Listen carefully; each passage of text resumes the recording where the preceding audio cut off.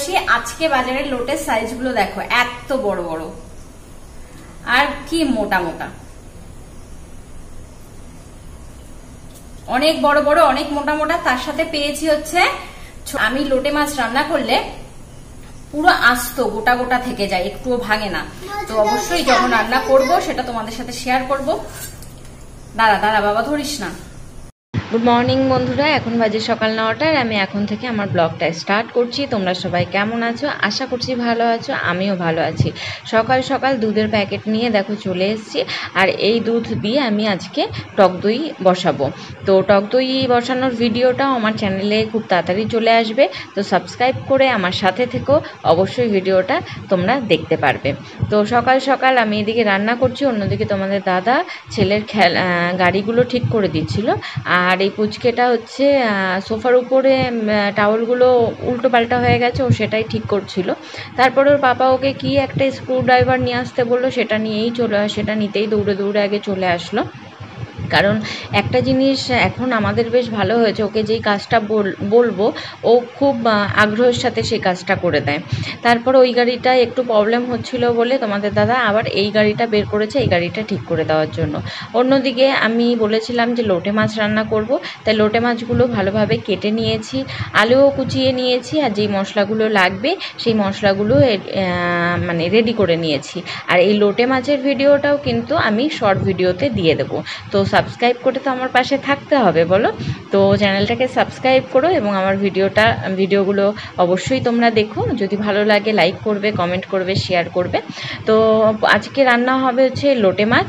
আর তার জন্য মশলা আমার রেডি হয়ে গেছে, তেল গরম হয়ে গেছে। এবার আমার মাছটা এর ভিতর দিয়ে দেওয়াটা বাকি আছে। আর একটা কথা, যারা লোটে মাছ ভেঙে যাওয়ার ভয়তে রান্না করতে চাও না, তাদের জন্য কিন্তু আমার এই ভিডিওটা খুব কাজে লাগবে। দেখো আমি লোটে মাছটা রান্না করেছি, একটা মাছও কিন্তু ভাঙেনি। যদি তোমরা এইভাবে লোটে মাছ রান্না করতে চাও, অবশ্যই আমার ভিডিওটা একবার দেখে নিও।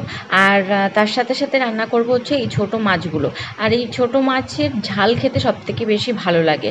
তো আলু দিয়ে আমি একটু গা মাখা মাখা করে ঝাল করি, যেটা খেতে খুব ভালো লাগে। দেখো অনেকটা হচ্ছে এরকম, একটুও ঝোল থাকে না, পুরো গা মাখা মাখা থাকে, এটা খেতে কিন্তু খুব ভালো লাগে। তো এটারও শর্ট ভিডিও আমি আমার চ্যানেলে দিয়ে দেব। তো দুপুরবেলা তোমাদের দাদা এই যে খেতে বসে গেছে, আর ও বলছে ওর যেটা সবথেকে বেশি ভালো লাগে যে লোটে মাছগুলো পুরো আস্ত থাকে। দেখো দেখলেই বুঝতে পারবে, পুরো আস্ত এইভাবে ভেঙে ভেঙে, মানে বড় মাছ যেভাবে ভেঙে খাওয়া যায় সেইভাবে তোমরা খেতে পারবে। তারপরে বিকেলবেলা আমরা চলে গেছি, মানে এসছিলাম একটু বাইরে চা খেতে। আর ওয়েদারটা দেখো পুরো মেঘলা, আর এত সুন্দর লাগছিল। আর আমাদের থেকে কিছুটা এগিয়ে গিয়েই বৃষ্টি হচ্ছিল, কিন্তু এদিকে হচ্ছিল না। তো এখানে এসে চাটা খাওয়া আমাদের হয়ে গেছে। এবার আমরা বাড়ির দিকে যাব বলে বেরিয়ে পড়েছি, কারণ অনেকটা সন্ধে হয়ে গেছে, আর বেশিক্ষণ থাকা যাবে না। ছেলের এক্সামও চলে এসছে, বাড়িতে গিয়ে ওকে পড়তে বসাতে হবে। তারপরে বাড়িতে এসে আবার দেখো রান্নাঘরে চলে এসেছি সন্ধেবেলার খাবার বানাতে। তো একদিকে চাউমিন সিদ্ধ দিয়ে দিয়েছি, আর অন্যদিকে পেঁয়াজ আলু নিয়ে নিয়েছি, একটু পকোড়া টাইপের কিছু একটা করব।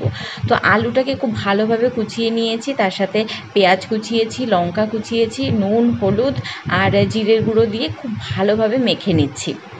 আর এর সাথে মেশাবো হচ্ছে কর্নফ্লাওয়ার। আর কর্নফ্লাওয়ার দিয়ে কিন্তু আমি এর ভিতরে একটু জল দেবো না, আলুর যেই রসটা আছে সেটাতেই ভালোভাবে মেখে নেব। তারপরে এরকম ছোট ছোট করে পাকোড়া টাইপের করে নেব। তো আর এই যেই পাকোড়াগুলো করব, এটা কিন্তু একদম ধিমি আঁচে করব, কারণ যেহেতু আলুটাকেও তো সিদ্ধ হতে হবে, তার জন্য ধিমি আঁচে এই পাকোড়াগুলো ভাজবো। তো পাকোড়াগুলো দেওয়ার পরে তারপরে যখন এরকম লালচে মতো হয়ে যাবে, তারপরে তোমরা এটাকে আবার উল্টে দেবে। আর পুরোটাই কিন্তু একদম লো ফ্লেমে করবে। হাই ফ্লেমে করলে কিন্তু ভিতরটা কাঁচা থেকে যাবে, তাড়াতাড়ি ভাজা হয়ে যাবে কিন্তু ভিতরটা কাঁচা থেকে যাবে। তো এইদিকে আমার মানে রান্না আমি করছি, অন্যদিকে আরেকজন এই যে গাড়ি রেডি করে দিয়েছিল সেই নিয়েই খেলছে। একটা দিকে সুবিধা হয়েছে যে বিরক্তটা একটু কম করছে। তো সকালে দই পাতিয়েছিলাম, ভাবলাম দইটা একটু দেখি, তারপরে ভাবলাম না এখনও টাইম হয়নি, আর 2 ঘন্টা যাক তারপরে। তো এইদিকে চাউমিন আমার রেডি হয়ে গেছে। তো আরেকটা জিনিস তোমাদেরকে দেখাই, এই যে এখনও চাউমিন খাচ্ছে। আর এই যে আজকে ওর জন্য এই রূপোর চেনটা কিনেছি, অনেক দিন ধরেই ভাবছিলাম গলাটা খালি খালি, ছোটোবেলায় মাও আমাদের রূপোর চেন পরাতো, তাই আজকে ওকে কিনে দিয়েছি। কেমন লাগছে তোমরা অবশ্যই কিন্তু কমেন্ট করো। তারপরে এই যে চাউমিন আমার রেডি হয়ে গেছে, সাথে পাকোড়াও রেডি হয়ে গেছে। এখন এটা তোমাদের দাদাকে দিয়ে দেবো। এটাই হচ্ছে আজকে আমাদের সন্ধ্যেবেলার টিফিন। আর এর সাথে সাথে ভিডিওটা এখানেই শেষ করছি। যদি তোমাদের ভালো লাগে অবশ্যই লাইক করবে, কমেন্ট করবে, শেয়ার করবে আর সাবস্ক্রাইব